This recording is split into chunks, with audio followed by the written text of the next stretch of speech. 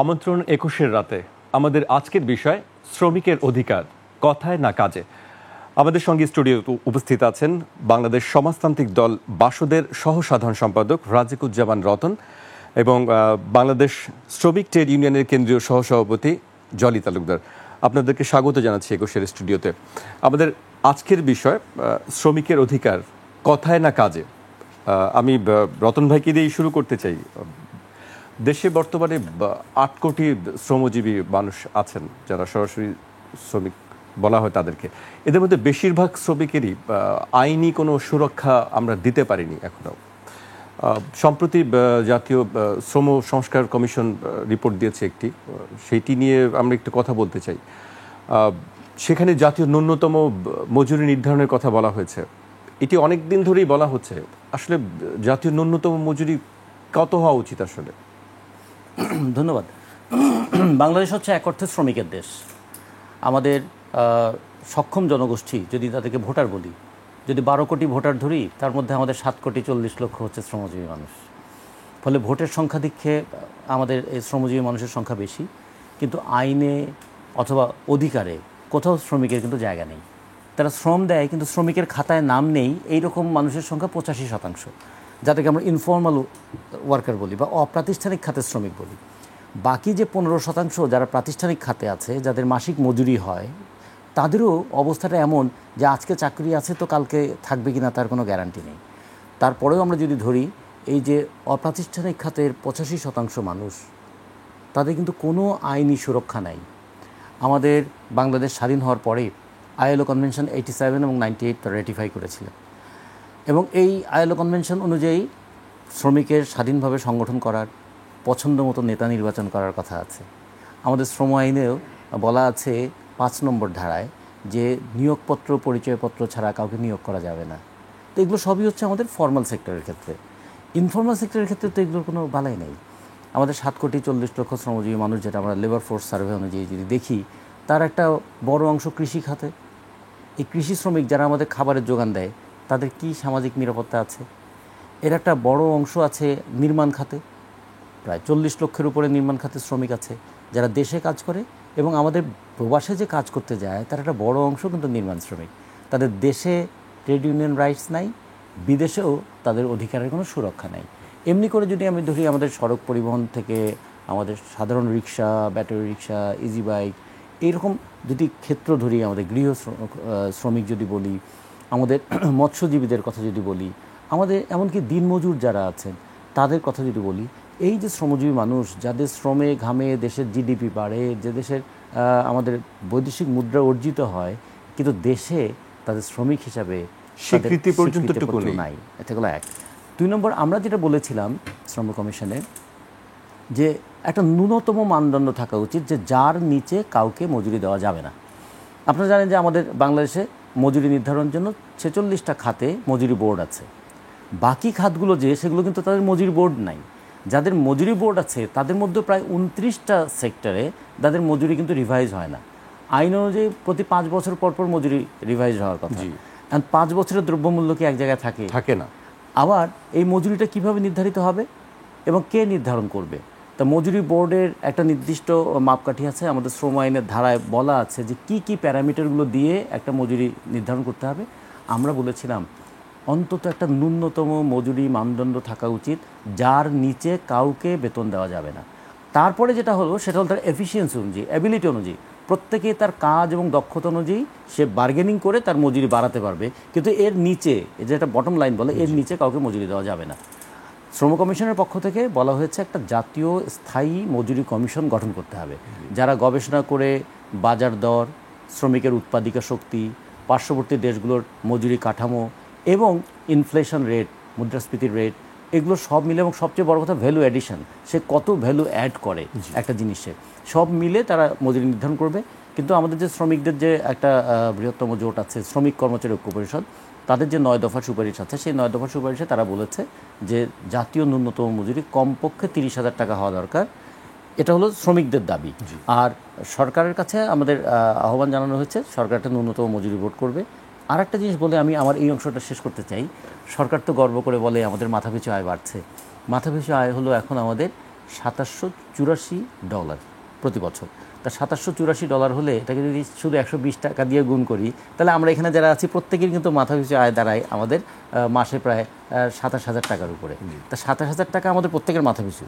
এটা কিন্তু কালকে যে বাচ্চাটা জন্মগ্রহণ করবে তারও, এবং আজকে যে বৃদ্ধ মৃত্যুবরণ করছেন তারও।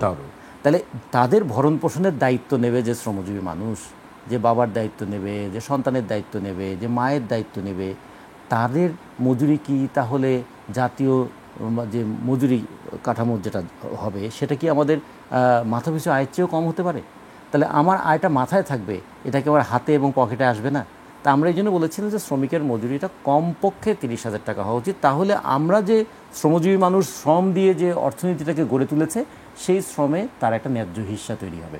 শ্রম কমিশন এই জন্য কোনো সংখ্যা বলে নাই, তারা বলেছে একটা কাঠামো তৈরি করা হোক, একটা নীতিমালা তৈরি করা হোক, একটা মানদণ্ড তৈরি করা হোক, যাতে ফেলে আমি বিচার করব যে আমার দ্রব্যমূল্য, আমার শ্রমশক্তি, আমার মূল্যস্ফীতি এবং আমি কী পরিমাণ মূল্য সংযোজন করি, সব কিছু মিলে আমার জন্য মজুরি কাঠামোটা নির্ধারণ হয়।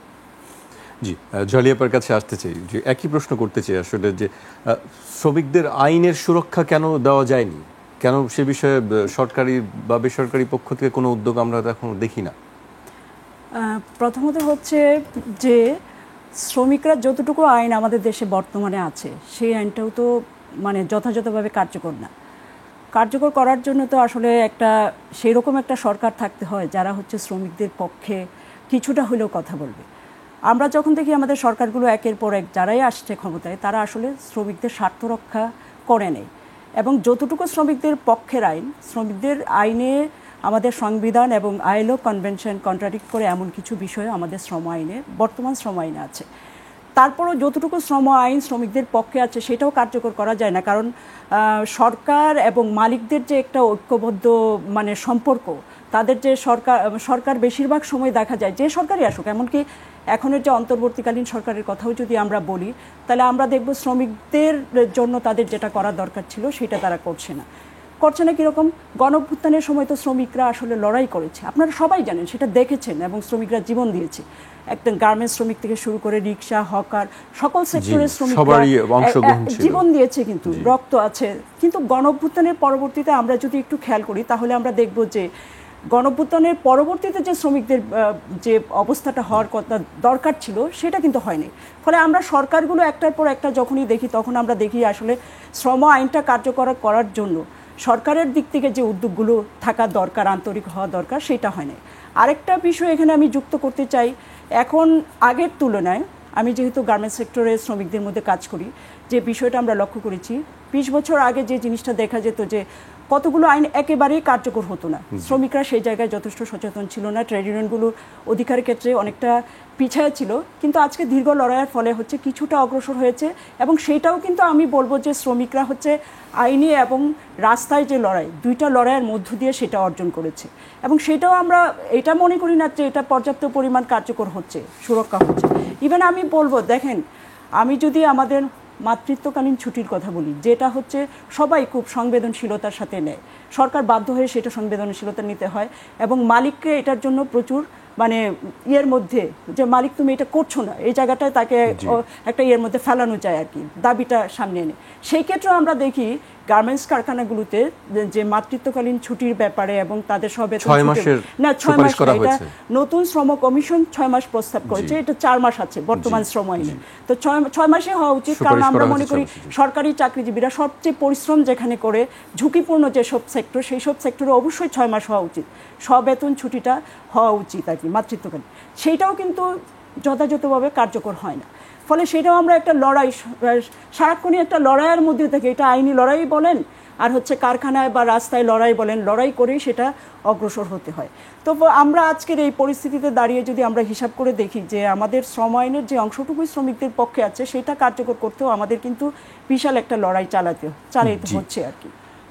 রতন ভাই, লড়াইয়ের কথা বারবার বলছিলেন, আমাদেরকেও সেই লড়াইয়ের খবর দিতে হয়, মানে খুব অনাকাঙ্ক্ষিতভাবে বারবার দেখতে হয় যে শ্রমিকরা রাস্তায় নেমে এসেছেন, কাজ বন্ধ করেছেন, একটি অসন্তোষ সবসময় থাকে। এই অসন্তুষ্ট তো কেন এবং কিভাবে এটা থেকে আসলে পরিত্রাণ পাওয়া যায়? রাষ্ট্র কি ব্যবস্থা নিতে পারে, বা মালিক পক্ষ বা নিয়োগকর্তা কিভাবে আসলে এই যে মোকাবেলা করতে পারে? আমরা যদি আমাদের শ্রম অসন্তোষের কারণগুলো দেখি তাহলে মোটা দাগে কিন্তু 3টা কারণ এখানে কাজ করে। একটা হচ্ছে যে সে কাজ করেছে, বেতনটা পায়নি। 2 নম্বর হচ্ছে অন্যায়ভাবে তাকে চাকরিচ্যুত করা হয়েছে।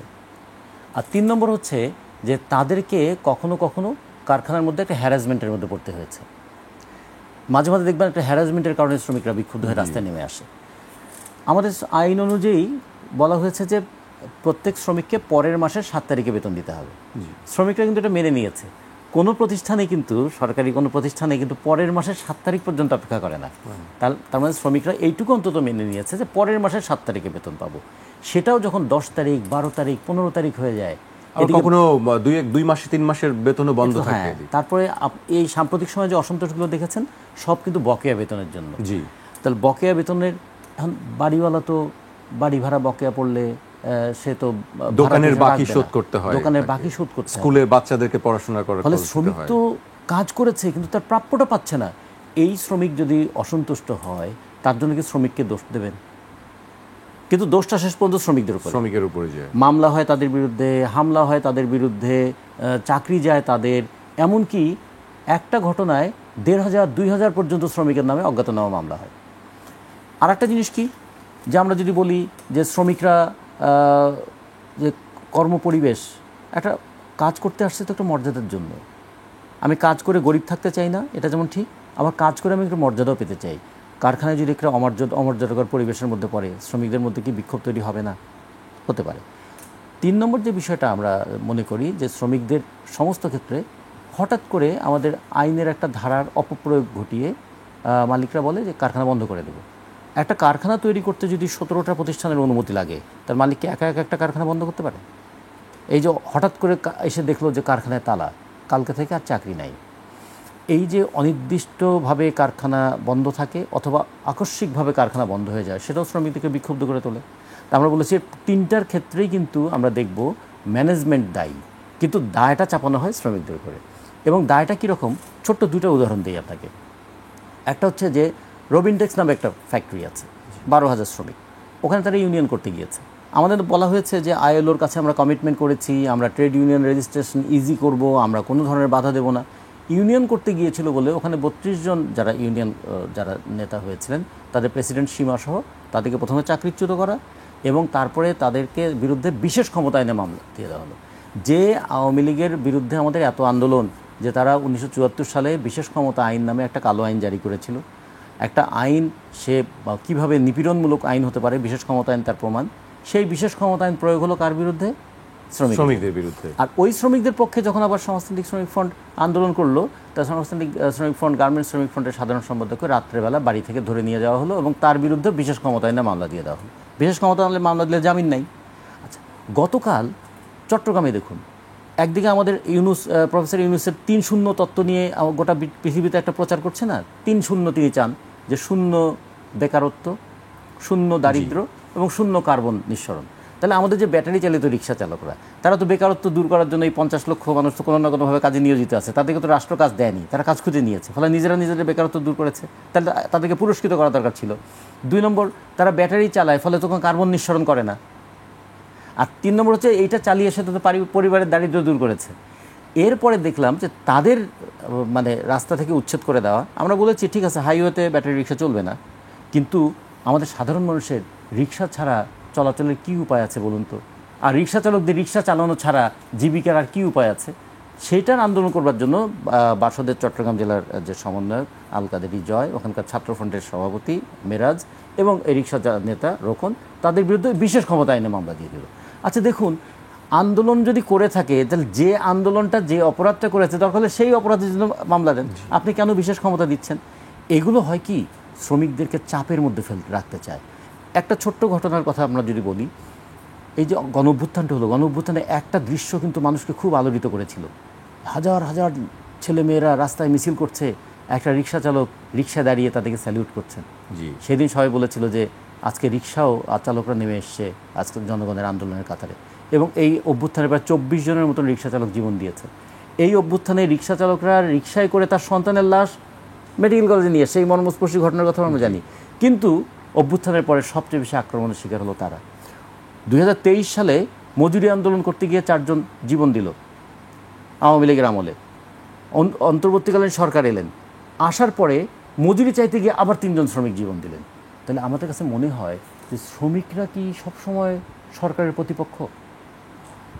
বরঞ্চ বলা উচিত ছিল এই শ্রমিক শ্রম দিয়ে আমাদের যদি এখন রপ্তানি আয়ের 84% আসে গার্মেন্টস থেকে, তাহলে গার্মেন্টস শ্রমিকদের মজুরি কেন বাকি থাকবে? তাহলে গার্মেন্টস শ্রমিকদের মজুরি নিশ্চয়তা বিধান করা দরকার ছিল সরকারের। তাদের অধিকারের কথা বলবার জন্য ট্রেড ইউনিয়ন রাইটস দেওয়ার দায়িত্ব ছিল সরকারের। এমনকি যে মালিক বেতন না দিয়ে পালিয়ে যায় তার কাছ থেকে বেতনের টাকাটা আদায় করার দায়িত্ব সরকারের। এই যে জলিদের তো কিছুদিন পরে পরে একটা রুটিন ওয়ার্ক হয়ে যায় যে শ্রমিকদের নিয়ে গিয়ে এখন ঘেরাও করে বসে থাকা। কিসের জন্য? মজুরি বাড়ানোর জন্য না, যে কাজ করেছি তার বেতনটা দাও। তাহলে এইটা কেন করতে হবে? ফলে আমরা আবার কয়েকদিন আগে আমরা রানা প্লাজা দিবসটা পালন করলাম, কত বড় একটা ডিজাস্টার হয়েছিল। তারপরে শ্রমিকদের কর্মক্ষেত্রে মৃত্যু হলে এখন ক্ষতিপূরণ 2 লাখ টাকা। ভাবেন, একটা মানুষের জীবনের মূল্য আইনিভাবে 2 লাখ টাকা। এইরকম করে শ্রমিকদের জীবনে একদিকে ধরুন আইনের চাপ, মালিকদের কাজের চাপ, তাদের বেতন না পাওয়ার অনিশ্চয়তা এবং তাদের জীবনযাপনের অনিশ্চয়তা, সব মিলে শ্রমিকরা যখন একটা অনিশ্চয়তার মধ্যে থাকে তখন যে কোনো নিপীড়নেই শ্রমিকরা কিন্তু বিক্ষুব্ধ হয়ে ওঠে। ফলে বিক্ষুব্ধ শ্রমিককে দমন করা নয়, বিক্ষোভের কারণটা দূর করার কথা আমরা বলেছিলাম। একটা গণতান্ত্রিক রাষ্ট্রের উচিত ছিল বিক্ষোভের অসন্তোষের কারণগুলো খুঁজে সেটা দূর করা। তা না করে তিনি বিক্ষোভের আগুনে কখনো কখনো ঘি ঢালেন, কখনো কখনো নিপীড়ন করে দমন পীড়ন করে বিক্ষোভকে দমন করার চেষ্টা করেন, সেটা আরও বেশি জটিলতা তৈরি করে। জি, জলিপের কাছে আসতেছি যে আসলে কাগজে কলমে আমরা দেখি যে বেশ কিছু আইন আছে যে নির্দিষ্ট তারিখের মধ্যে তাকে বেতন দিতে হবে, সেই তারিখটা পার হয়ে গেলে সেই অনুযায়ী তাকে ক্ষতিপূরণের একটি বিষয় দিতে হবে। আরেকটি বিষয় আছে যে ন্যূনতম 2 মাসের একটি তহবিল রাখার কথাও বলা হয়েছে। এই বিষয়গুলো কি আসলে আছে নাকি শুধু কাগজেই আছে? প্রথমত হচ্ছে 7 কর্মদিবসের মধ্যে শ্রমিকের মজুরি পরিশোধ করার কথা হচ্ছে আমাদের শ্রম আইনে আছে, কিন্তু আমরা অধিকাংশ কারখানাতে দেখি, গার্মেন্টস ফ্যাক্টরিতে আর কি, 7 কর্মদিবসে সচরাচর সেটা পরিশোধ করা হয় না। এবং আপনি নিজেও বলেছেন, রতন ভাইও যুক্ত করেছেন যে কি পরিমাণের কারখানা হচ্ছে বকেয়া মজুরির জন্য আন্দোলন করতে হচ্ছে। এবং আমাদের এটা সত্যি একটা রুটিন কাজ হয়ে গেছে যে আমাদের কিছুদিন পরপরই একটা কারখানা নিয়ে শ্রমভবনের সামনে যেতে হয়। আপনারা দেখেছেন যে স্টাইল ক্রাফটের আন্দোলনটা আপনারা দেখেছেন, 18 মাসের মজুরি পায় না শ্রমিকরা, শ্রমভবনের সামনে আন্দোলন করছে, তার মধ্য থেকে একজন শ্রমিক ওইখানেই মারা যায়। এবং শ্রমিকের এই মৃত্যুটাও আমি আরেকটু এটা উল্লেখ করতে চাই যে দেখেন, আমরা যদি একটু খেয়াল করি যে আমাদের কারখানাগুলোতে প্রায় কিছুদিন পরে পরে এরকম একটা খবর দেখবেন, শ্রমিক কাজ করতে অসুস্থ অবস্থায় ছুটি চেয়েছে, ছুটি পায় নাই, সুতরাং হচ্ছে তাকে সে কারখানার মধ্যে মৃত্যুবরণ করেছে। এরকম বেশ কিছু ঘটনা আপনি পত্রপত্রিকাও দেখবেন, আমরাও জানি আর কি।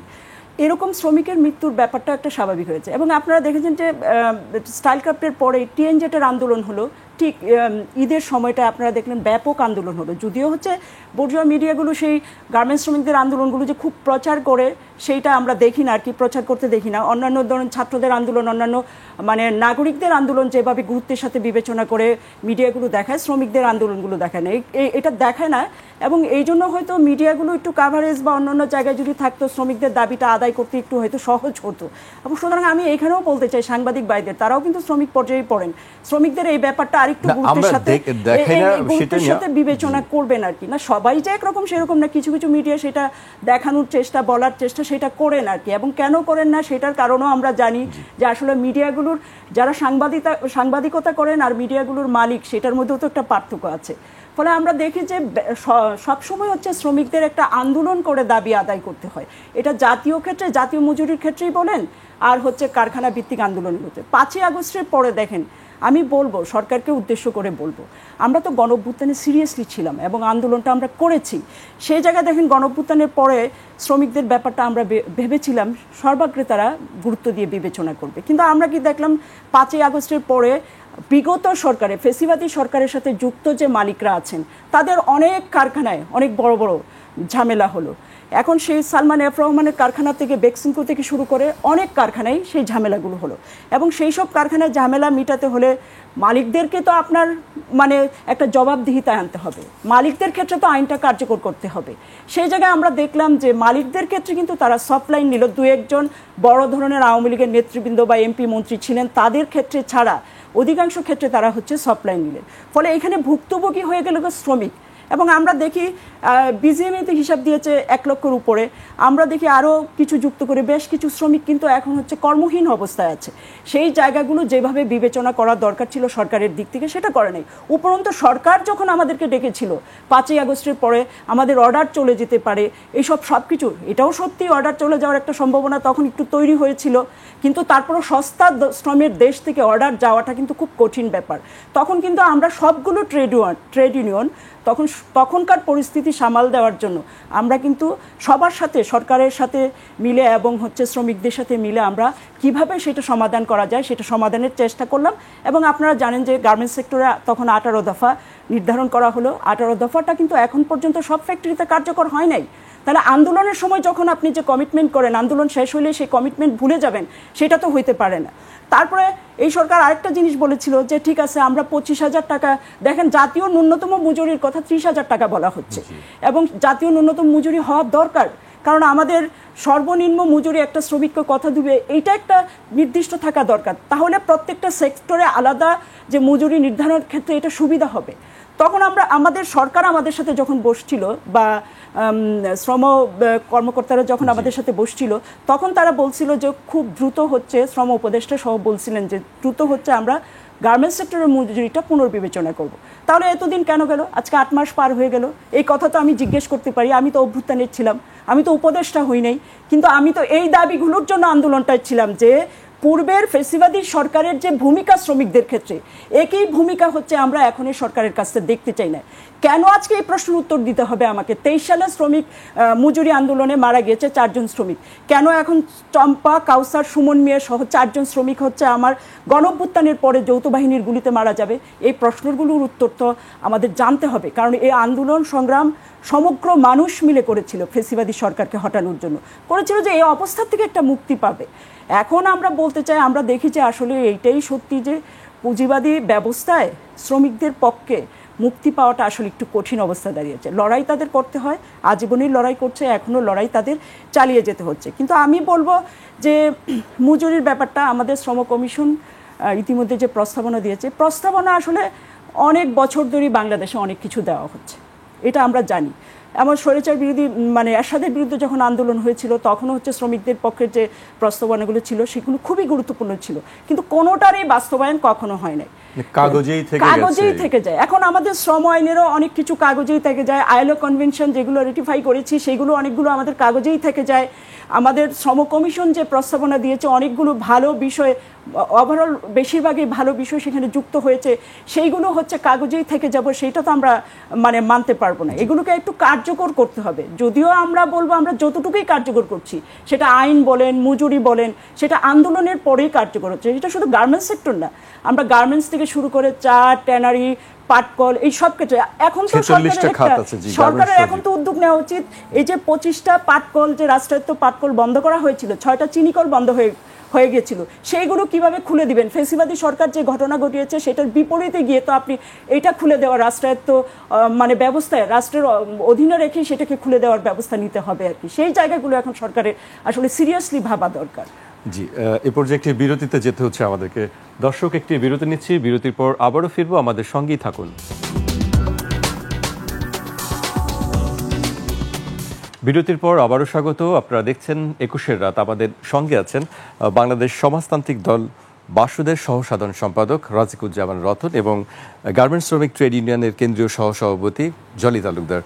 বিরতিতে যাওয়ার আগে আপনারা দুজনেই শ্রমিকদের অধিকার নিয়ে অনেক কথাই বলছিলেন। আমি রতন ভাইকে দিয়ে আবার শুরু করতে চাই যে কেন্দ্রীয় একটি তথ্য ভাণ্ডার করার বিষয়ে সুপারিশ করা হয়েছে। এই তথ্য ভাণ্ডার আসলে কিভাবে কাজ করবে বা কাজে লাগানো যাবে শ্রমিকদের ক্ষেত্রে? আমাদের প্রথমে যেটা বলেছিলাম যে 85% শ্রমিক আমাদের অপ্রাতিষ্ঠানিক খাতে, একটা কেন্দ্রীয় তথ্য ভাণ্ডার থাকলে তার অনেকগুলো কাজে লাগতে পারে। প্রথম কাজে হলো যে আমাদের শ্রমিকের সংখ্যা কত, তারা কি ধরনের কাজ করেন, তারা মজুরি কতটা পান, এমনকি শ্রমিক যদি কর্মক্ষেত্রে নিহত বা আহত হয় তাহলে সে যেন পরিচয়হীন হয়ে না পড়েন। তারপরে যেটা হলো তিনি যখন রিটায়ারমেন্টে যাবেন বা কর্ম অবসানে, তখন তাকে যদি কর্ম অবসানের কোনো সুরক্ষা দিতে হয় সেটা তিনি যেন পেতে পারেন। ফলে আমরা মনে করি যে শ্রমিকের একটা ডাটা ব্যাংক থাকাটা খুব দরকার এই সমস্ত কাজের জন্য। এবং এটা একটা ইউনিক ডাটা ব্যাংক যদি হয় তাহলে আরও কতগুলো কাজ করা যাবে। যেমন এখন একটা বলা হয়েছিল না যে শ্রমিকদের পেনশন, একটা জাতীয় পেনশন হবে।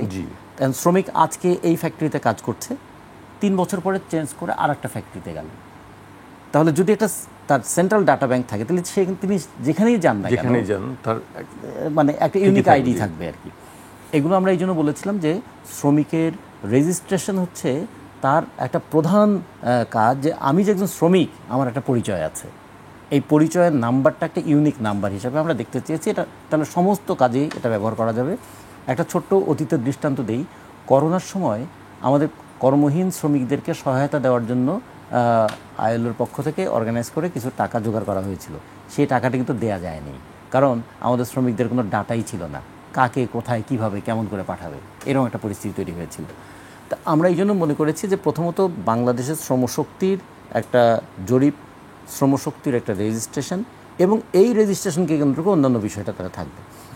আর একটা বিষয় এখানে খুব গুরুত্বপূর্ণ, যে আপনি যেটা শুরু করেছিলেন শ্রমিকের অধিকার কথায় না কাজে, আমরা মনে করি যে প্রথমে কথায় এবং তারপরে কথাটাকে কাজে রূপান্তরিত করতে হবে। প্রথমে তো তাকে স্বীকার করে নিতে হবে যে বাংলাদেশের জিডিপি যদি এখন বলি 50 লক্ষ কোটি টাকা, এই জিডিপিটা হলো কীভাবে? আমরা তো দেশ শুরু করেছিলাম $9 বিলিয়ন দিয়ে, এখন তো আমরা $450 বিলিয়ন আসছি। তো এই যে আমাদের দেশের আয়টা বাড়লো কীভাবে? আমরা এখানে যারা বসে আছি প্রত্যেকে কিন্তু জাতীয় আয়ে কন্ট্রিবিউট করছি। এক কাপ চা খেতে গেলে আমি ওখানে ভ্যাট দিচ্ছি, একটা স্যান্ডেল কিনতে গেলে আমি ভ্যাট দিচ্ছি। ফলে আমি কিন্তু রাষ্ট্রকে প্রতি মুহূর্তে দিয়ে যাচ্ছি, এবং আমাদের এই দেয়া একদিকে উৎপাদনে আমি রাষ্ট্রের ভূমিকা পালন করি, আবার আমি যখন ভোক্তা, আমি যখন কিনি তখন আবার রাষ্ট্রকে আমি ভ্যালু অ্যাডেড ট্যাক্স বা ভ্যাট দিই। ফলে উৎপাদন করে সম্পদ বাড়াই, ট্যাক্স দিয়ে টাকা বাড়াই। তাহলে এই টাকা বাড়ানোর জন্য যে মানুষগুলো যুক্ত, তাদের এই সমাজে হিস্সা কতটুকু, কি পায় তারা, কতটুকু পায়? এইগুলো আমরা মনে করি যে আইনের কথায় প্রথমে বলতে হবে, তারপর এটাকে কাজে পরিণত করতে হবে। শ্রম সংস্কার কমিশন এবার দুইটা খুব গুরুত্বপূর্ণ বিষয় সামনে নিয়ে এসেছে। একটা হচ্ছে যে প্রত্যেক শ্রমিকের রেজিস্ট্রেশন থাকতে হবে। 2 নম্বর হচ্ছে যে শ্রমিকদের যেটা বললো যে তাদের সুরক্ষাটা, এই সুরক্ষাটার দায়িত্বটা কে নেবে, এইটা সুনির্দিষ্ট করতে হবে। আর সুরক্ষার সবচেয়ে প্রধান বিষয় হলো যে সে কাজ করে একটা মর্যাদাসম্পন্ন জীবনযাপন করতে গেলে যে মজুরিটা পাবে, মজুরি নির্ধারণের একটা মাপকাঠি থাকতে হবে, এবং একটা জাতীয় ন্যূনতম মজুরি কাঠামো তৈরি করতে হবে। আর বৈষম্য বিরোধী আন্দোলন যেটা হয়েছিল, বৈষম্যের আঘাত তো শ্রমিকদের জীবনে সবচেয়ে বেশি। সেই বৈষম্য যেমন নারী পুরুষের আছে, সেই বৈষম্য ফর্মাল ইনফর্মাল সেক্টরের মধ্যে আছে। নারী পুরুষের বৈষম্যের ক্ষেত্রে কেন ইনফর্মাল ক্ষেত্রে একই ধরনের কাজ করে একজন নারী কম মজুরি পাবেন? তারপর আবার নারী বনাম নারীর মধ্যে বৈষম্য আছে।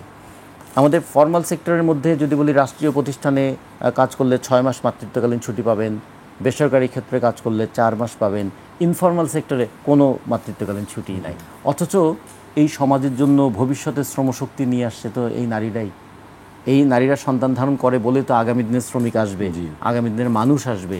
তা সেই নারীর প্রতি সমাজ দায়িত্ব পালন করবে না? তাহলে সন্তান ধারণের দায় শুধুমাত্র নারীর, সমাজ কি তার দায়িত্বটা নেবে না? এই কথাটাও আমরা একটা মানবিকভাবে দেখার চেষ্টা করেছি। আমরা বলেছি it is a social responsibility, কিন্তু এটা হয়ে গেছে এখন পার্সোনাল লায়াবিলিটি, ব্যক্তিগত দায়। যদি কোনো নারী সন্তান ধারণ করেন তাহলে তাকে চাকরি থেকে ছাঁটাই করে দেওয়ার একটা প্রবণতা ছিল। গার্মেন্টসে অন্তত কিছুটা প্রোটেকশন হয়েছে, কিন্তু অন্যান্য ক্ষেত্রে কিন্তু এই প্রোটেকশনটা নাই, এবং অনেকেই আছে চাকরি রক্ষা করতে গিয়ে সন্তান নিতে গিয়ে ভয় পায়। এইরকম পরিস্থিতিও আমরা অনেক দেখেছি। এর সঙ্গে আরেকটা জিনিস যুক্ত হয়েছে আমাদের এখানে, দেখবেন যে মানে চাকরি হারিয়ে ফেললে তার তো আর সামাজিক সুরক্ষা বলতে আর কিছুই থাকে না। তাহলে সেই যে আইনে যা আছে, একজনকে যদি অন্যায়ভাবে চাকরিচ্যুত করা হয়, অথবা যদি চাকরিচ্যুতও হয় কোনো কারণে, তাহলে কি কি প্রাপ্য সে পেতে পারে, সেই প্রাপ্যগুলো দেওয়ার ক্ষেত্রে কেন তাকে বছরের পর বছর বা মাসের পর মাস ঝুলতে হবে? এমনকি আমাদের লেবার কোর্টের কথা বলে শেষ করি, 13টা লেবার কোর্ট, 26,000-এর উপরে আমাদের মামলা পেন্ডিং। এবং এই যে একজন শ্রমিক সে 50,000 টাকার জন্য মামলা করেছে, তাকে যদি 2 বছর লেবার কোর্টে ঘুরতে হয়, তারপরে এই টাকাটা যদি সে পায়, রায় যদি তার পক্ষেও আসে, সে আইনজীবীকে কি ফি দিবে আর নিজের হাতে কি থাকবে? ফলে বিচারের দীর্ঘসূত্রিতাও কিন্তু বিচারের প্রতি শ্রমিকদেরকে মানে করে তুলছে, আস্থাহীন করে তুলছে, যার ফলে আমরা দেখি অনেক সংঘাত রাস্তায় গিয়ে শেষ হচ্ছে। যে সংঘাতটা বিচারে যাওয়ার কথা ছিল সেটা রাস্তায় শেষ হচ্ছে। আমরা এই সামগ্রিক বিষয়টা আমরা শ্রম কমিশনের রিপোর্টে উল্লেখিত হয়েছে, এখন এটা বাস্তবায়নের দায়িত্ব সরকার।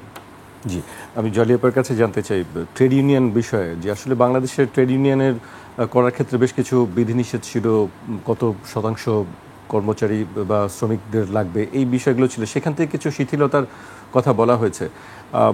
আরেকটি বিষয় আছে যে মহিলা শব্দের পরিবর্তে নারী শব্দ ব্যবহার করার কথা বলা হয়েছে, এই যে সংস্কার রিপোর্ট দেওয়া হয়েছে কমিশনে, এই বিষয়ে আপনার মন্তব্য আচ্ছা, জানতে চাই। ধন্যবাদ। আমি এটা আসার আগে আর দুইটা পয়েন্ট একটু বলে নিই। রতন ভাই যেহেতু আছেন, করোনার সময় আমাদের একটা প্রায় 1 লক্ষ শ্রমিকের, গার্মেন্টস শ্রমিক ট্রেড ইউনিয়ন কেন্দ্রের পক্ষ থেকে ডাটাবেস তৈরি করে আমরা তখন ডাইভকে দিয়েছিলাম, কলকারখানা প্রতিষ্ঠান পরিদর্শন অধিদপ্তরকে আমরা দিয়েছিলাম, এবং আমরা বলেছিলাম যে এইটা তোমরা নাও, আপনারা নেন, এবং এর পরবর্তীতে আরও ডাটাটা একটু ঠিকঠাক করে এটা যদি কাজে লাগানো যায় এটা খুব ভালো হয়। এবং আমাদের ডাটাটা খুব অথেন্টিক ছিল, যেহেতু আমরা সরাসরি ফ্যাক্টরি থেকে সেই ডাটাগুলো আসলে নিচ্ছিলাম।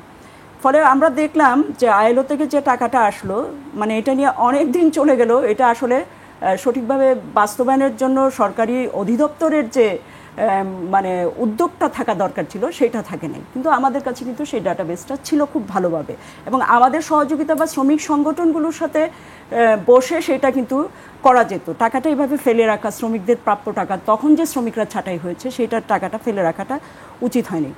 আরেকটা বিষয় আমি একটু বলবো, শ্রম কমিশনের পুরোটাই আমি কয়েকবার পড়ার চেষ্টা করেছি, সেখানে হচ্ছে মহার্ঘ ভাতার ব্যাপারটা আর কি। আমার মনে হয় 5 বছর পরে কোনো কোনো সেক্টরে তো বললেনই রতন ভাই যে 26টা সেক্টরে মজুরি রিভাইজ করা হয় না। তো 5 বছরের মধ্যে আসলে তো অনেকবার হচ্ছে জিনিসপত্রের দাম বেড়ে যায়, বাজারের সাথে মজুরিটা অসামঞ্জস্যপূর্ণ হয়ে যায়। তখন হচ্ছে মহার্ঘ ভাতাটা যদি থাকে শ্রমিকদের জন্য, সেটাও একটা শ্রমিকদের স্বাভাবিক জীবনযাপন চালানোর জন্য একটা অবস্থা তৈরি করা যায় আর কি। আর রেশনিং ব্যবস্থাটার কথা তো আমরা দীর্ঘদিন ধরে বলছি আর কি, যেটা আসলে কেউই কার্যকর করছে না। এবং এই সরকারের অন্ততপক্ষে উচিত ছিল যে শ্রমিকদের জন্য যে জেনুইন কিছু করছে সেটা অন্ততপক্ষে, সেই উদ্যোগ আছে বা করেছেন সেই জায়গাটা মানে দেখানো আর কি, সেই জায়গাটা তাদের উদ্যোগ দরকার ছিল, সেটা হয়নি আর কি। আরেকটা বিষয় বলবো আমি যে কেন্দ্রীয় তথ্য ভাণ্ডার যেটা আর কি, কেন্দ্রীয় তথ্য ভাণ্ডার খুবই ঠিক আছে, শ্রমিকদের সিকিউরিটি, তারপরে তাদের যদি জাতীয় পেনশনের ব্যাপারটা বা সঞ্চয়, এই ব্যাপারগুলো আসে। কিন্তু ব্যাপারটা হচ্ছে আপনারা জানেন যে গার্মেন্টস সেক্টরে ডাটাবেস ধরে কিন্তু এই ডাটা যেন কিছুতেই মালিকদের কাছে বা মালিকদের যেন ভুলভাবে ব্যবহার না করতে পারে, এই জায়গাটা দেখতে হবে। এমনিতেও হচ্ছে আমাদের মালিকরা কিন্তু প্রচুর পরিমাণে হচ্ছে ব্ল্যাকলিস্ট করে, এবং এই ধরনের অভিযোগ আমাদের প্রচুর মিটাইতে হয় যে আমি তো আর কোনো কারখানায় চাকরি পাচ্ছি না, কারণ আমার এটা তো অনলাইনে সব কারখানায় ব্ল্যাকলিস্ট করে পাঠিয়ে দিয়েছে। ফলে এইগুলো আমাদের একটু, অন্যান্য দিকগুলো হচ্ছে আমাদের একটু মাথায় রাখতে হবে, এবং এগুলো কার্যকর করার ক্ষেত্রে এই জায়গাগুলো আমাদের একটু ভাবতে হবে। আর আমি যে জায়গাটা যাইতে চাই হচ্ছে ট্রেড ইউনিয়ন অধিকার। ট্রেড ইউনিয়ন অধিকার একটু শিথিল হয়েছে। ট্রেড ইউনিয়ন অধিকার যতই শিথিল হোক, আমাদের প্রতিষ্ঠানগুলো যারা ট্রেড ইউনিয়নের রেজিস্ট্রেশনটা দিবে এবং সরকারের মনোভাব, সেই জায়গাগুলোতে দৃষ্টিভঙ্গিগত জায়গা যদি চেঞ্জ না হয়, এই যে রবিনটেক্সে কেন তাদেরকে গ্রেপ্তার করতে হলো, আমাদের যে গার্মেন্টসের যে আমাদের ট্রেড ইউনিয়ন রেজিস্ট্রেশনটা, এটা তো আমরা বহু বছর লড়াই করে 8 বছরের মামলা করার পরে আমরা এটা পেয়েছি। এবং আমরা দেখেন, আমার নিজের অভিজ্ঞতা, বেশ কিছু ফ্যাক্টরি ইউনিয়ন যখন আমরা সাবমিট করেছি, আপনি যদি মালিকের পক্ষে লোক হন, আপনি মানে দলে বসে আপনি রেজিস্ট্রেশন পেয়ে যাচ্ছেন, কিন্তু আপনি যদি শ্রমিকের পক্ষের লোক হন আপনি রেজিস্ট্রেশন পাবেন না। তো যতই শিথিল হোক, ওই জায়গাটা যদি একটু সহজ না হয়, গণতান্ত্রিক না হয়, শ্রমিকের পক্ষে না হয়, ট্রেড ইউনিয়ন মানে রেজিস্ট্রেশনটা পাওয়া খুব কঠিন। যদিও হচ্ছে শ্রম কমিশন প্রস্তাবনায় 55 দিনের মধ্যে এটা সুরাহা করার জন্য বলেছেন, এগুলো ভালো, এবং রেজিস্ট্রেশনের সেই সংখ্যাটাও ভালো। আইএলও কনভেনশন অনুযায়ী এবং আমাদের সংবিধান অনুযায়ী কিন্তু যে কোনো 6-7 জনেরও ট্রেড ইউনিয়ন করার অধিকার আছে। যেসব সেক্টরে ধরেন অনেক ছোট ছোট ফ্যাক্টরি আছে, অনেক ছোট ছোট জায়গায় কাজ করছে, বা গৃহ শ্রমিকরা কাজ করছে, তাদের ব্যাপারেও কিছু প্রস্তাবনা হচ্ছে ওনারা দিয়েছেন, সেগুলো ভালো, সেইগুলো ট্রেড ইউনিয়নের অধিকারে যাওয়ার দরকার, সেগুলো ভালো। আর নারী শব্দটা তো অবশ্যই, মহিলা শব্দটা আমরা দীর্ঘদিন ধরেই মহিলা শব্দটার সাথে মহলের সাথে সম্পর্কিত, ফলে নারী শব্দটা ব্যবহারের জন্য এটা তো আমাদের দীর্ঘদিনের লড়াই, আপনারা জানেন।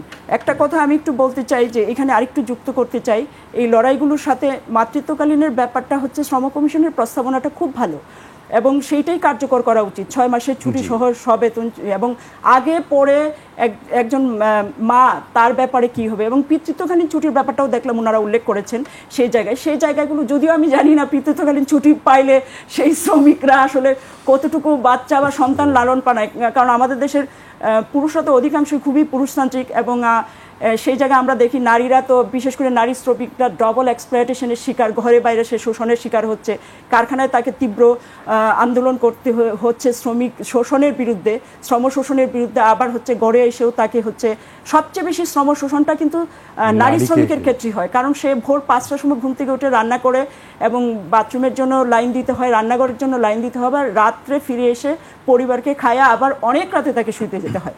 তো ফলে হচ্ছে এই ধরনের একটা কষ্টকর কাজগুলো কিন্তু নারী শ্রমিকরাই সেই জায়গায় করছে। সেই জায়গা থেকে আসলে নারী শ্রমিকদের ক্ষেত্রে আরও সিরিয়াসলি কিছু বিবেচনা করা উচিত। আর বিশেষ করে হচ্ছে আমি বলবো আর কি, নারী শ্রমিকরা বাংলাদেশে খুবই গুরুত্বপূর্ণ কিছু ভূমিকা রেখেছে। আমি বলবো শুধু অর্থনীতির ক্ষেত্রে সর্বোচ্চ অবদান তাদের, সেই জায়গাটা আমি বলবো না। অর্থনীতির ক্ষেত্রে অবদান তো সবাই স্বীকৃতি দিচ্ছেন, কিন্তু নারী শ্রমিকরা নারী মুক্তির প্রশ্নে যে ভূমিকাটা রেখেছে সেটা অসাধারণ। একটা মধ্যবিত্ত নারীর পক্ষে কোনোদিন রাত 3টার সময় একটা স্ট্রাগল করে বের হয়ে রাস্তায় হেঁটে সে একটা তার কর্মক্ষেত্রে যাবে ভাবতে পারে না, কিন্তু আমাদের নারী শ্রমিকরা কিন্তু দল বেঁধে, কোনো রাত নাই দিন নাই দল বেঁধে হচ্ছে, তার যে রাস্তায় যে অসুবিধা হচ্ছে, সেক্সুয়াল হ্যারাসমেন্ট বলে অন্যান্য, এগুলো কিন্তু দলবদ্ধভাবে তারা, মানে আমাদের রাষ্ট্র বা আমাদের কারখানাগুলোর থেকে কোনো সিকিউরিটি সেই জায়গায় দেওয়া হয় না, সেই জায়গায় তারাই নিজেদের সিকিউরিটি নিরাপত্তা নিশ্চিত করে আসা যাওয়া করে। ফলে তারা যে ভূমিকাটা অর্থনীতির ক্ষেত্রে, সমাজ এবং আমাদের পরিবারের ক্ষেত্রে যে চিন্তা দৃষ্টিভঙ্গি পরিবর্তনের ক্ষেত্রে ভূমিকা রাখছে, সেইটা একটা আমি বলবো নারী মুক্তির ক্ষেত্রে খুবই গুরুত্বপূর্ণ প্রশ্ন। ফলে নারীদের জায়গাটা শ্রম ইয়েতে, যে মজুরির ক্ষেত্রে অন্যান্য ক্ষেত্রে খুব গুরুত্বের সাথে বিবেচনা করে। এবং আরেকটা পয়েন্ট আমি জানি না পরে আরেকটু বলার সুযোগ পাবো কিনা, পাইলে আমি একটু বলতে চাই যে যৌন নিপীড়ন বিরোধী যে হাইকোর্টের নীতিমালা, এই নীতিমালাটা কার্যকর করা প্রত্যেকটা জায়গায় খুবই গুরুত্বপূর্ণ। এখনও আমাদের খুব যদি আমরা বলি, আমাদের টেলিভিশন বলেন, সরকারি প্রতিষ্ঠান বলেন, অন্যান্য প্রতিষ্ঠান বলেন, সেইগুলোতে খুব বেশি কার্যকর হচ্ছে ব্যাপারটা এরকম না, কিন্তু এটা কার্যকর করা জরুরি। এবং আমাদের গার্মেন্টস সেক্টর সহ আমাদের শ্রমিকদের সেক্টরে এটা কার্যকর করা জরুরি। এবং নীতিমালার যে টিমটা হবে, যে টিমটা কার্যকর করবে, তারা নিশ্চয়ই এমন টিম করতে হবে যারা একটু সংবেদনশীল হবে। আমরা অনেক কারখানায় দেখছি, হ্যাঁ আছে তো, আমাদের অভিযোগ বক্স আছে, এবং আমাদের তো একটা টিম আছে, হাইকোর্টের রায় অনুযায়ী টিম আছে। আমি এরকম অনেক ফ্যাক্টরির সমস্যার মানে আলোচনার ক্ষেত্রে গিয়েছি, কিন্তু এটা কোনো কার্যকর হচ্ছে না, এটা কোনো সমাধান হচ্ছে না। একটা মেয়ে সেক্সুয়াল হ্যারাসমেন্টের শিকার হচ্ছে, বা এটার কোনো সমাধানের দিকে যাওয়া যাচ্ছে না। কেন যাওয়া যাচ্ছে না? কারণ এটা কার্যকর করবে যে টিম, সেই টিম নিজেই হচ্ছে অভিযুক্ত হয়ে যাচ্ছে। তো এই জায়গাগুলো ওটা আমাদের একটু খেয়াল রাখতে হবে। রতন ভাই, দৃষ্টিভঙ্গি বদলানোর একটি কথা বলছিলেন যদি আপা, আমরা একটি কথা সবসময় বলি, বা তুই তুমি সম্বোধন চর্চা একটি খুব চালু আছে, যে শ্রমিক হলেই তাকে তুই তুমি করে সম্বোধন করা যায়। এটি কেন এই জায়গাটা বদল হওয়া উচিত? এটা আসছে আমাদের দীর্ঘদিনের। আপনি খেয়াল করে দেখুন, এই ভূখণ্ডে যে চতুর্বর্ণ প্রথা ছিল না, জি, সবচেয়ে নিচের স্তরে কারা ছিল? শূদ্র, যে কাজ বেশি করে। আচ্ছা, আমাদের যদি কারখানা শ্রমিক হয়, কিংবা তার আগে যদি আমি জমিদারের কথা বলি, চাষা একটা গালি ছিল, চাষা চাষ না করলে কিন্তু ফসল ফলায় না। আচ্ছা, তারপরে যারা মুটে মজুর, হ্যাঁ, তাদেরকে তো আমরা কুলি বলে তুচ্ছতাচ্ছিল্য করতাম। ইভেন বাসা বাড়িতে যদি বলে যে তোমাদের বাসার কাজগুলো কে করে, বলে আমাদের বাসায় একজন কাজের লোক আছে। তার মানে একজনই কাজের লোক, বাকি সব কি তাহলে অকাজের লোক? তাহলে মানে এখানে কাজ করাটা হচ্ছে অসম্মানের, আর কাজ করানোটা হচ্ছে মর্যাদার। যে উনি অনেক বড় অফিসার, তার কিচ্ছু করতে হয় না, তার 10 জন পিয়ন আছে। তার মানে আমাদের একটা মনন জগতে এরকম আছে যে অন্যকে দিয়ে কাজ করিয়ে নেওয়ার মধ্যে এক ধরনের গৌরব ফিল করে। কিন্তু আমি যে অন্যের শ্রমটাকে আত্মসাৎ করি, তাকে যে একটু স্বীকৃতি দেওয়ার জন্য একটা গণতান্ত্রিক চেতনা থাকা দরকার, সেটা কিন্তু আমাদের এখানে আসে নাই। আমরা এই জন্য এবার শ্রম কমিশনে মর্যাদার প্রশ্নেই জায়গাটা নিয়ে এসেছি, যে কর্মক্ষেত্রে আমাদের মধ্যে একটা থাকবে ওয়ার্কিং রিলেশন। জি, আমি একটা চুক্তির মাধ্যমে কাজ করতে এসেছি, ফলে কেউ কাউকে তুই তোকারি করতে পারবেন না, কেউ কাউকে তুই বলে গালিগালাজ করতে পারবে না। যে বিশেষ করে এটা আমরা ফর্মাল ইনফর্মাল সমস্ত ক্ষেত্রে দেখেছি, তুচ্ছার্থে তুই কথাটা ব্যবহৃত হয়। এটা যেন তুচ্ছ করা না হয়। এটা বাইরে থেকে শুনতে মনে হয় এতে কি শ্রমিকদের খুব বড় কোনো উপকার হবে? এতে শ্রমিকদের কোনো আর্থিক উপকার হবে না, কিন্তু শ্রমের সঙ্গে যে মর্যাদার প্রশ্নটা যুক্ত হয়ে আছে, এই মর্যাদার একটা স্বীকৃতি হবে। মানুষ যদি তার মর্যাদার সন্ধান একবার পায়, তারপর সে অধিকারের জন্য লড়াই করতে পারবে। আমরা এই কাজটা এবার একটু করতে চেয়েছি। আর একটা বিষয় আপনারা খেয়াল করবেন যে শ্রম সংস্কার কমিশন যেটা করেছে, তারা আমরা বলছি আমাদের 3টা জিনিস হলো এখানে। এটা সরকারের জন্য একটা নীতি হিসাবে কাজ করবে, মালিকদের জন্য এটা একটা বাধ্যতামূলক বিষয় হিসেবে কাজ করবে, আর শ্রমিকদের জন্য ভবিষ্যতের আন্দোলনের একটা মানে মানে চুক্তিপত্র হিসেবে কাজ করবে, যে আমাদের কমিশনে এটা আছে, এটা দেবেন না কেন। ফলে এটার কিন্তু 3 ধরনের ফাংশন হবে। এই শ্রম কমিশনের সুপারিশ দিয়েই শ্রমিকদের অধিকার প্রতিষ্ঠিত হবে না, কিন্তু এইটা ভবিষ্যতে একটা গাইডিং প্রিন্সিপাল হিসেবে যেন কাজ করতে পারে। তা আমরা সেই কাজগুলো শ্রম কমিশনের মধ্যে দেখতে চেয়েছি, কিন্তু এটার ইমপ্লিমেন্টেশন হবে সরকার দ্বারা। আর এর কালচারাল মেকআপ যেটা হবে সেটা শ্রমিকদের মধ্যে থেকে, আর মালিকদের মধ্যে তো ইকোনমিক রেসপন্সিবিলিটির বিষয়টা আসবে। আপনি তো সবচেয়ে দামি যন্ত্রটা দিয়েও কিছুই উৎপাদন করতে পারবেন না যদি সেখানে একজন শ্রমিক না থাকে। পৃথিবীর সবচেয়ে দামি গাড়িটা আপনি কিনেছেন, কিন্তু একজন ড্রাইভার না চালালে ওই গাড়িটা চলবে না। পৃথিবীর সবচেয়ে আধুনিক মেশিন আপনি কারখানায় স্থাপন করেছেন, কিন্তু একজন শ্রমিক না থাকলে ওটা চলবে না। কিংবা এখানে আমরা যে টক শোটা করছি, আমাদের পেছনে যে ভাইরা ক্যামেরাম্যান হিসেবে কাজ করছেন, তারা কাজ না করলে দেশের মানুষ এটা দেখতে পেত না। কিন্তু যাদের কাজের উপর ফলাফলটা নির্ভর করে, তারা কতটুকু ফল পান, যারা উৎপাদনটা করেন তারা উৎপাদনের কতটুকু হিস্সা পান। সেক্ষেত্রে আমরা বলছি মজুরিটা ন্যায্য হতে হবে। কাজটা যেমন অধিকার, মজুরিটাও অধিকার। আর মজুরি নির্ধারণের জন্য একটা মাপকাঠি থাকতে হবে। মজুরি কোনো দয়ার দান নয়, মজুরি কোনো করুণা নয়, মজুরি হচ্ছে শ্রমিকের অর্জন। আর আরেকটা বিষয়, আমি আমার যৌবনের শক্তি খরচ করে উৎপাদন করেছি, আমি যখন বৃদ্ধ বয়সে যাব আমাকে কে দেখবে? আমার যৌবনের শক্তি ক্ষয় করে বৃদ্ধ বয়সে আমি কি অসহায় হয়ে পড়ব? রাষ্ট্র এবং সমাজ কি সেটার দায়িত্ব নেবে না? অথবা কাজ করতে গিয়ে যদি আমি আহত হয়ে যাই, তাহলে কর্মক্ষেত্রে আহত হলে আমরা কাজের হাত কি ভিক্ষুকের হাতে পরিণত হবে? যে সংসারকে দেখবে বলে কাজ করতে এসেছিল, সে কি সংসারের বোঝা হয়ে যাবে? সেক্ষেত্রে কর্মক্ষেত্রের নিরাপত্তার বিষয়টা আমরা উল্লেখ করেছি। আমরা একটা পুরো বিষয়টাকে নিয়ে আসার চেষ্টা করেছি যে কাজের মধ্য দিয়েই উৎপাদন হয়, উৎপাদনের হিস্সাটা যেন শ্রমিকের ভাগেও থাকে। এইটা আমরা একটু দেখতে চেয়েছি।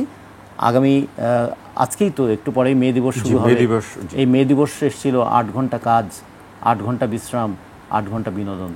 আজকে দেখুন 1886 সালে 8 ঘন্টা কাজের জন্য যে শ্রমিকরা লড়াই করেছে, আজকে মজুরি এত কম যে সেই শ্রমিক বাধ্য হয় ওভারটাইম করতে, অথবা কাজ শেষ করে এসে রিক্সা চালাতে, অনেকে বাইক চালাচ্ছে। এমনকি সেই সময় কার্ল মার্কস একটা কথা বলেছেন, 8 ঘন্টা শ্রমের দাবির অন্তরালে নিহিত আছে ন্যায্য মজুরির আকুতি। মজুরিটা যদি ন্যায্য না হয় তাহলে কিন্তু 8 ঘন্টা কাজ দিয়ে সংসার চলবে না। ফলে আমরা মনে করি 8 ঘন্টা কাজ এবং ন্যায্য মজুরি, এই 2 দাবিতে সে 1886 সাল থেকে আমরা লড়ছি। এখনো আমাদের লড়াইটা অব্যাহত আছে। লড়াই হয়তো চলবে। আউটসোর্সিং এর বিষয়ে একটু যদি আমাদেরকে বলতেন। যে আউটসোর্সিং একটা অমানবিক প্রথা বলে আমরা মনে করি, এবং আমরা শ্রম কমিশনের একটা বড় প্যারা আমরা এই ক্ষেত্রে উল্লেখ করেছি। আমাদের আইনে একটা কথা ছিল, স্থায়ী কাজে অস্থায়ী শ্রমিক নিয়োগ করা যাবে না। স্থায়ী কাজে যদি কাউকে নিয়োগ করতে হয় 3 মাস তার প্রভিশনারি পিরিয়ড, 3 মাসের মধ্যে যদি তিনি যোগ্য বলে বিবেচিত হন তাহলে তাকে স্থায়ী হিসেবে নিয়োগ করতে হবে। যদি তার দক্ষতার ঘাটতি থাকে আর 3 মাস পরে তাকে অটোমেটিক্যালি তিনি স্থায়ী বলে বিবেচিত হবেন। এই ছিল আইন। কিন্তু আউটসোর্সিংয়ের নামে 2টো ঘটনা হয়েছে। একটা হলো যে বছরের পর বছর একই বেতনে একই পদে কাজ করছে যাদের কোনো সামাজিক সুরক্ষা নাই, প্রাতিষ্ঠানিক সুরক্ষা নাই। আর আরেকটা বিষয় হলো যে প্রতি বছর নবায়ন হচ্ছে বলে প্রতি বছর নবায়নের নামে তাদের কাছ থেকে কিন্তু আর্থিক, যেটাকে আমরা ঘুষ বলি, সেই ঘুষ লেনদেনের একটা বিষয় হয়ে দাঁড়িয়েছে। আর তৃতীয়ত বিষয়, যেহেতু 1 বছরের কন্ট্রাক্ট, 1 বছরের সিকিউরিটিরও তো ব্যাপার আছে, একটি নিরাপত্তা। যারা আউটসোর্সিং করছে তারা কতটুকু প্রতিষ্ঠানের জন্য সিকিউরিটি। সেক্ষেত্রে সরকার যেটা একটা নির্ধারণ করে দিয়েছে যে আউটসোর্সিংয়ে 5টা গ্রেডে বেতন হবে, সর্বোচ্চ গ্রেড হবে 19,000 টাকা। কিন্তু দেখা যাচ্ছে আউটসোর্সিংয়ে কাউকে 12,000, কাউকে 13,000 করে বেতন দেওয়া হচ্ছে, বাকিটা কমিশন হিসেবে নিয়ে যাচ্ছে। তা আমরা বলেছি টাকা দেবে সরকার, ঠিকাদার কেন সেই টাকাটা ভাগ পাবে? একটা দাবি উঠেছে টাকা দেবে সরকার, ঠিকাদারের কী দরকার? ফলে আমাদের এখানে আউটসোর্সিংয়ের নামে, এমনকি দেখেন সচিবালয়ে 13টা কোম্পানি আউটসোর্সিং করে। সচিবালয়ে দীর্ঘদিন ধরে 3য় এবং 4র্থ শ্রেণীর কোনো কর্মচারী নিয়োগ করা হয় না। এর ফলটা কি হচ্ছে? আমাদের শ্রমিকদের যেমন কাজের নিরাপত্তা থাকছে না, তাদের দক্ষতার স্বীকৃতি থাকছে না, এবং কোনো কোনো ক্ষেত্রে একটু উঁচু পদেও যখন আউটসোর্সিং করা হয় তখন প্রতিষ্ঠানের যে সেফটি এবং সিকিউরিটি সেটাও থাকছে না। আমাদের বাংলাদেশ ব্যাংকের আউটসোর্সিং নিয়োগ করার ফল হিসাবে আমরা দেখেছিলাম বাংলাদেশ ব্যাংকের তথ্য ভাণ্ডার থেকেও নাকি অনেক সময় তথ্য কিছু গড়বড় হয়ে গিয়েছিল। ফলে আমরা মনে করি আউটসোর্সিং প্রধানত শ্রমিকদের জন্য একটা অমানবিক প্রথা, এবং আউটসোর্সিং প্রথা হিসেবে কিন্তু নিরাপদ কর্মপরিবেশকে বিঘ্নিত করে। জি, আমি শেষ পর্যায়ে চলে এসেছি। আমরা একেবারে জলি আপার কাছে একটু শেষে প্রশ্ন করতে চাই, এই শ্রমিকের অধিকার আসলে কিভাবে প্রতিষ্ঠা করা সম্ভব? প্রথমত হচ্ছে দেখেন, আমি যদি একটু পিছনের দিকে তাকাই আর কি, 1980 থেকে হচ্ছে 1987 সাল পর্যন্ত আমাদের দেশে জাতীয় যে ভিত্তিক যে ধর্মঘট প্রায় 29টি ধর্মঘট সংগঠিত হয়েছে। আমরা যদি গত ফেসিবাদী সরকারের সময়ে যদি দেখি, জাতীয় ভিত্তিক কোনো ধর্মঘট সংগঠিত হয়নি। তো রতন ভাই এখানে আছেন, মানে স্কপেরও নেতা উনি, কেন জাতীয় ভিত্তিক আসলে ধর্মঘট আমরা করতে পারলাম না? শ্রমিকের অধিকার মানে তাদের ন্যায্য দাবিগুলোর প্রশ্নে সেই মানে ধর্মঘট করতে পারলাম না। এবং ধর্মঘট আমরা করেছি, দেখেন আমরা গার্মেন্টস সেক্টরে ধর্মঘট হয়ে গেছে, কিন্তু সেইটা যখন আমরা পরিকল্পিতভাবে ট্রেড ইউনিয়নের নিয়ম কানুন মেনে করতে যাচ্ছি, তখন হচ্ছে ব্যাপক আমাদের উপরে হামলা, যে ধরনের মামলা, এগুলো সবই দেওয়া হয়। এবং তারপরেও গার্মেন্টস সেক্টরে ব্যাপক লড়াই হয়েছে, এবং পাটেও কিন্তু পাটকল যখন বন্ধ হয়ে যায় ব্যাপক লড়াই হয়েছে। সেই জায়গায় দেখেন যে মানে জাতীয় সংগঠনগুলো, জাতীয় ট্রেড ইউনিয়ন সংগঠনগুলো যে ধরনের ভূমিকা রাখা দরকার, আমি বলবো সেই জায়গায় ঘাটতি রয়েছে। এবং কেন 15 বছরে এই 25টা পাটকল বন্ধ হয়ে যাওয়ার জন্য পরে কেন ধর্মঘট হয় না, 6টা চিনিকল, রাষ্ট্রায়ত্ত চিনিকল বন্ধ হয়ে যাওয়ার জন্য মানে ধর্মঘট হয় না, এই প্রশ্নগুলো বোধহয় আমাদের একটু তলিয়ে দেখা দরকার। কারণ শ্রমিক ধর্মঘট করবে তার দাবি আদায়ে, সেটা তো আমাদের আইনে আছে, সব কিছুতে আছে, তাহলে ধর্মঘট কেন আমরা করতে পারবো না? ফলে লড়াইটা যে শ্রমিক করছে, সেই লড়াইটার ফলে দেখেন আজকে ট্রেড ইউনিয়নের অধিকারের কথা কিছুক্ষণ আপনি জিজ্ঞেস করলেন। আজকে আমাদের 2-3 জন কমরেড হচ্ছে জেলখানায় আছেন ট্রেড ইউনিয়নের অধিকার চাইতে গিয়ে। আমরা নিজেরা জেল খেটেছি ট্রেড ইউনিয়নের আন্দোলন বা একটা কারখানার ট্রেড ইউনিয়ন করতে গিয়ে। এই ধরনের ঘটনাগুলো বারবার আছে। মাফিয়া, ট্রেড ইউনিয়নে একটা মাফিয়া চক্র যুক্ত হয়ে গিয়েছিল।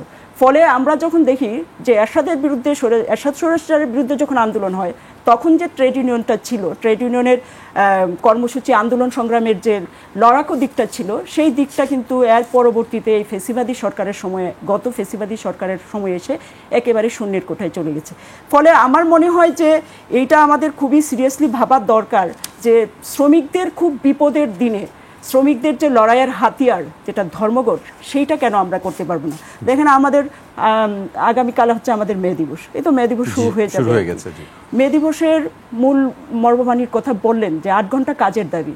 আমাদের দেশের কোনো শ্রমিক সেটা ভাবতে পারে না। অথচ আপনি যদি দেখেন মার্কসের পুঁজির প্রথম খণ্ডে মার্কস লিখেছিলেন, এটা হচ্ছে 1863 সালের ঘটনা। একজন শ্রমিক কাজ করতে করতে করতে করতে কিভাবে মারা গিয়েছিল, সেই শ্রমিকের বর্ণনা যদি 18 সালে পুঁজি বইয়ের যে শ্রমিকের মৃত্যুর বর্ণনা যদি দেখেন, আর আজকে আমি যদি বলি অনন্ত অ্যাপারেলসে যে লিমা মারা গিয়েছে, বা 2 দিন আগে যে চট্টগ্রামে একজন তঞ্চঙ্গা শ্রমিক মারা গিয়েছে, তাদের জীবনের মধ্যে কোনো পার্থক্য নাই। ফলে এই যে 1886 সালের পরে আজকে পর্যন্ত আমাদের যে দাবিগুলো নিয়ে আমরা এখনও আন্দোলন করছি, সেখানে নিশ্চয়ই রাজনৈতিক কারণ তো একটা বড় কারণ। কারণ রাজনীতি ট্রেড ইউনিয়নগুলোকে আসলে কিভাবে হবে না হবে, সেগুলো বর্জুয়া রাজনৈতিক দলগুলো ট্রেড ইউনিয়নগুলোকে একটা মাফিয়া চক্রে নিয়ে এসেছে। আমার মনে হয় সেই মাফিয়া চক্র ভেঙে ট্রেড ইউনিয়নের একটা বিপ্লবী ধারার আন্দোলন গড়ে তোলা দরকার। তাহলে শ্রমিকদের অবস্থার পরিবর্তন হবে, এবং সেই প্রত্যাশা আমরা ব্যক্ত করছি। আমি সংক্ষেপে 1 মিনিটে যদি রতন ভাই বলেন, মেহনতি মানুষের জয় হোক, এই কথা আমরা সবসময় বলি, কিভাবে আসলে সেই জয়টা হবে? ঐক্যবদ্ধতার মধ্য দিয়ে হবে, যৌক্তিক দাবির মধ্য দিয়ে হবে, এবং মেহনতি মানুষ যখন এটাকে সাধারণ মানুষের সঙ্গে যুক্ত করবে যে শ্রমিকের মজুরি বৃদ্ধি মানে কিন্তু দেশের উৎপাদন বৃদ্ধি, শ্রমিকের মজুরি বৃদ্ধি মানে দেশের উন্নয়ন। যেমন বাংলাদেশের যদি 7 কোটি শ্রমিক, 7 কোটি 40 লক্ষ শ্রমিক, তারা যদি অন্তত 1 জোড়া করে জুতা কেনে, তাহলে তো 7 কোটি জোড়া জুতা বিক্রি হয়, এবং এই জুতাটা হচ্ছে বাংলাদেশে তৈরি। আর মালিকরা যদি, আমাদের এখানে 50,000 মালিক, এই মালিকরা যদি জুতা কেনে 50,000 জুতা কিনবে, এবং সেগুলো কিনবে সব বিদেশি জুতা। ফলে আমাদের খেয়াল রাখতে হবে যে দেশের যদি উৎপাদন বাড়াতে হয়, দেশের গামছা, লুঙ্গি, শাড়ি, এগুলোও যদি বিক্রির বাজারটা বাড়াতে হয়, শ্রমিকের মজুরি বৃদ্ধির সঙ্গে দেশের উৎপাদন বৃদ্ধি এবং দেশের বাজারটা শক্তিশালী হয়। ফলে আমরা মনে করি শ্রমিক যখন সাধারণ মানুষের সঙ্গে একাত্ম হয়ে যায়, 3টা ঘটনা দেখুন। 62 ছাত্র আন্দোলনের সঙ্গে শ্রমিকের রক্ত জড়িয়ে আছে, 69-এর অভ্যুত্থানের সঙ্গে শ্রমিকের রক্ত জড়িয়ে আছে, মুক্তিযুদ্ধে 87% ছিল শ্রমিক এবং কৃষক, 90-এর অভ্যুত্থানের সঙ্গে শ্রমিকের রক্ত জড়িয়ে আছে, সর্বশেষ এবার 2024-এর এই অভ্যুত্থানেও শত শত শ্রমিকের জীবন এর সঙ্গে যুক্ত হয়ে আছে। মানে যখনই কোনো সামাজিক পরিবর্তন, শ্রমিকের রক্ত সেখানে প্রয়োজন হয়েছে। তাহলে শ্রমিকের রক্তে পরিবর্তন হলে শ্রমিকের অধিকার কি বাস্তবায়িত হবে না? এইটা যখন সাধারণ মানুষের সঙ্গে আমরা একাত্ম হয়ে যেতে পারবো, তখন অবশ্যই শ্রমিকের জয় হবেই। আমরাও সেই আশা করি শ্রমিকের নিশ্চয়ই জয় হবে একদিন। আপনাদেরকে অনেক ধন্যবাদ আমাদেরকে সময় দেওয়ার জন্য।